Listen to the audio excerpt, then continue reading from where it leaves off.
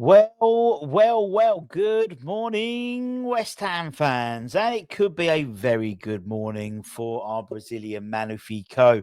Broke last night. Let's go to a timeline. So we were told late Thursday evening that the FA had their decision on this 2-year saga that was the 𝙋𝘼𝙌𝙀𝙏𝘼 betting allegations.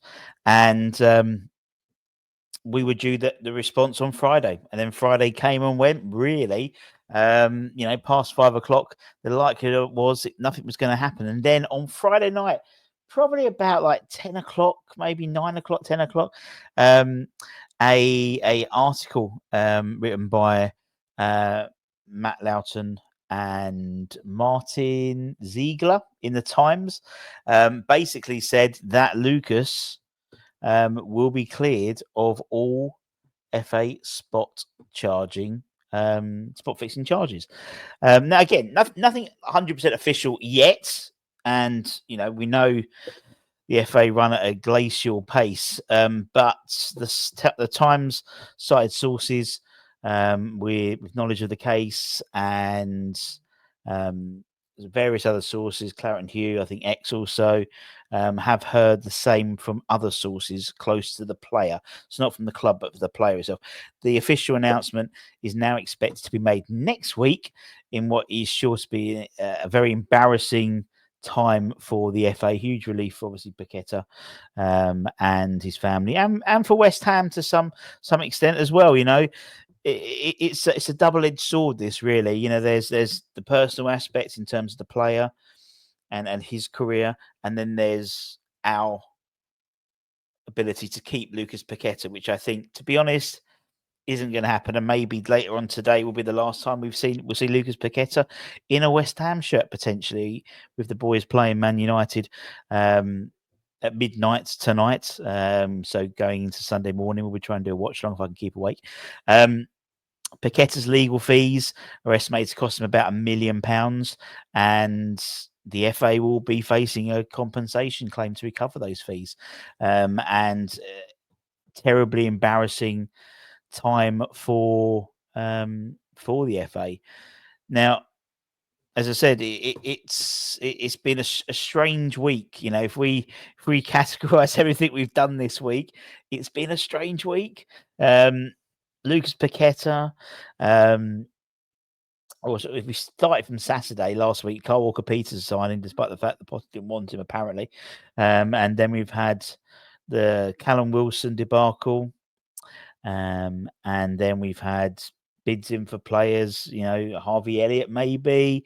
Does seem that there could be a deal on the horizon for him, potentially. And then this whole Paqueta thing. I mean, according to X, he said apparently very reliable sources on the FA dealings is Martin Ziegler. And they're checking internally as well to get more clarity. But it looks promising at this stage. West Ham are apparently furious that the announcement has been made, that no announcement has been made today. Or as in Friday, rather. And it does seem that the saga will go on to next week with an official announcement. Now, as I said, there's 3 courses of action really now. If we're led to be believed, and we are on no doubt that this won't be the case, that he's found innocent of all charges, then there's 2 options really. There's, should he stay or should he go? Now, we'd like him to stay. There's no doubt about that. From a fan's perspective, he's an enigma player. He's a maverick. He can win a game on his own back. And maybe with the strain of the last 2 years off him, we might see the 𝙋𝘼𝙌𝙀𝙏𝘼 that we signed, our record signing at the time from Lyon. And after that first season, well, I think it's fair to say the first 18 months, 2 seasons now, we haven't seen that Lucas that often. And it's understandable, the weight of the world on your shoulders, when you potentially something which is beyond your control, what we're led to believe, means that his whole career has been on standby, really. 2 years ago, he was going to be he had that release clause, and he was going to be a Man City player. If it wasn't for this, in terms of the betting charges, he wouldn't be a West Ham player for the last 2 years. I have no doubt about that. He would be in a blue shirt playing under Pep Guardiola. But he hasn't. And now there's what happens now. I mean, do Man City still want to buy him? I have no doubt we would sell him if a decent offer comes in. No doubt at all. The chance, as I said yesterday, there was reports of Jose Mourinho looking at Crescencio Somerville, albeit on loan. That's pretty bullshit. We haven't sold the players we wanted to. And someone made a really good point yesterday in one of the comments, and I read all the comments because you take the time to watch our videos and comment. I read them all, and we try and react to as many as we can.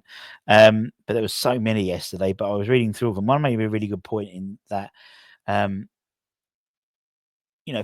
probably what's best for the club is he stays here,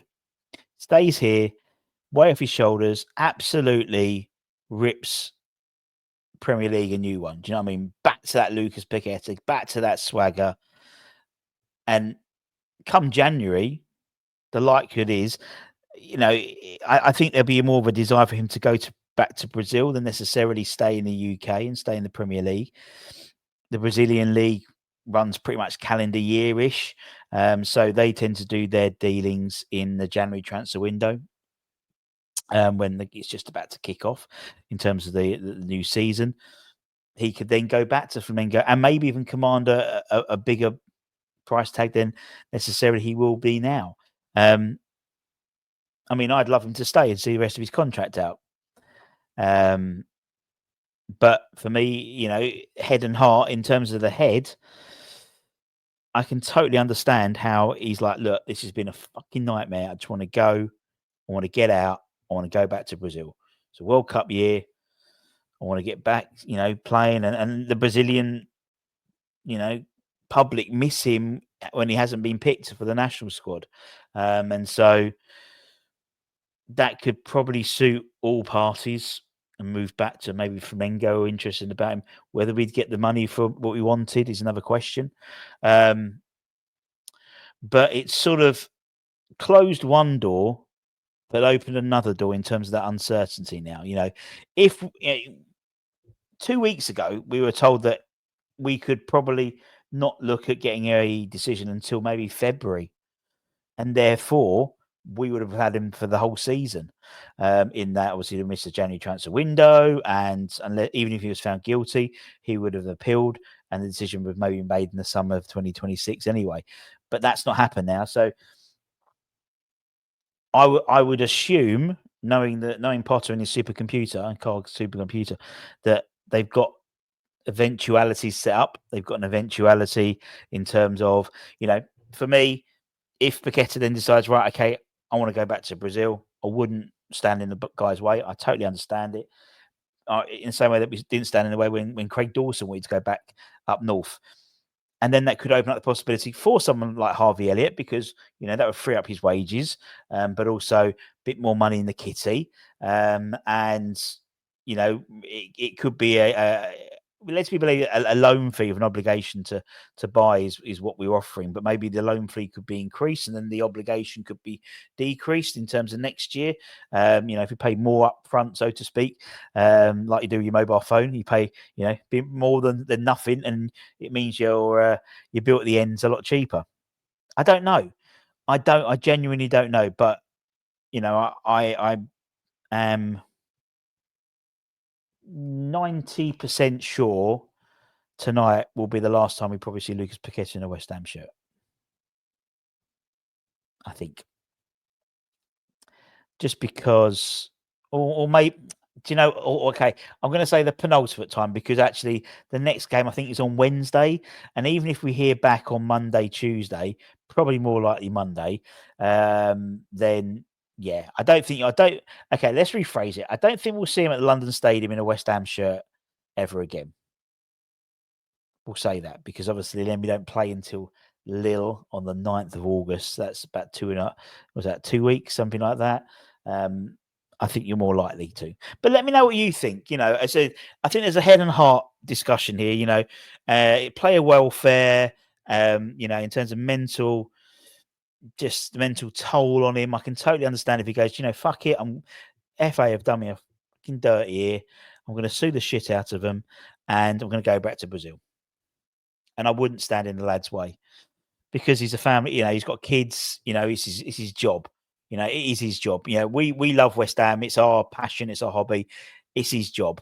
And if he can do his job somewhere where it's not going to be ridiculed, he's still going to get all the, even if he's cleared, there'll still be that stigma attached to 𝙋𝘼𝙌𝙐𝙀𝙏 in the Premier League, not from West Ham fans, but from maybe referees, maybe opposition fans. And again, go back to where you loved, mate. I know we love you here, but if you want to go back to Brazil, it'll be the end of a lovely chapter, which he'll always go down in West Ham folklore as the guy who put the ball through for Bowen to score the winning goal in the Europa Conference League. You know what I mean? He'll always be that guy who did that little, when the ball came over and he stopped it in the sort of Rabona in midair and Aaron Cresswell off the bench. And we'll have moments. And it's like I talked to Tim Kay yesterday, the West Ham sort of historian. And, he says, as West Ham fans, we don't win much, but we live for those moments. And there's certain moments which we'll remember for a long time. And that through ball, which he's probably done 100 times before, and 98% of them never gone through. That one time, or 99%, that one time it did go through, and Bowen scored. The rest was history. But yeah, I'm glad for him as a person that this has hopefully got to bed. Hopefully, he's still not 100% yet. It's only from a journalist what he said, and he's well connected, and does seem that elsewhere. But in the same way that I remember there was leaks about like when the FA or the Premier League were doing point deductions for Everton and stuff. There's certain journalists knew before the official outcome.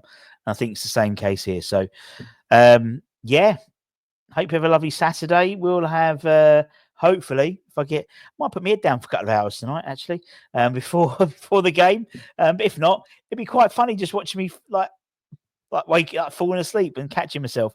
As I said, if you like what we do, don't forget to like, comment, share. It all helps the channels. And it's not just my channel, as I said, our channel rather. If you are watching something on Claret & Booze or Hammers Chat or West Ham Fan TV or West Ham Voice or, West Ham World or West Ham Unofficial or JP's channel or, Babbling Irons or Dad's Our Pod, there's loads of them.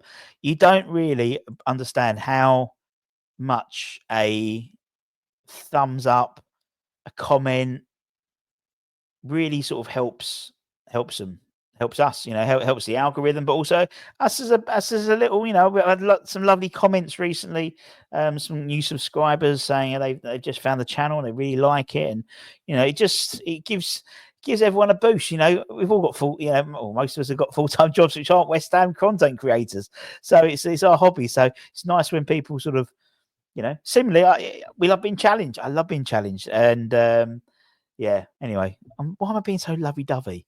I don't know why today. Anyway, I will see you all later. See you on the flippity flop. Much love. Motherfuckers. See you later. Bye-bye.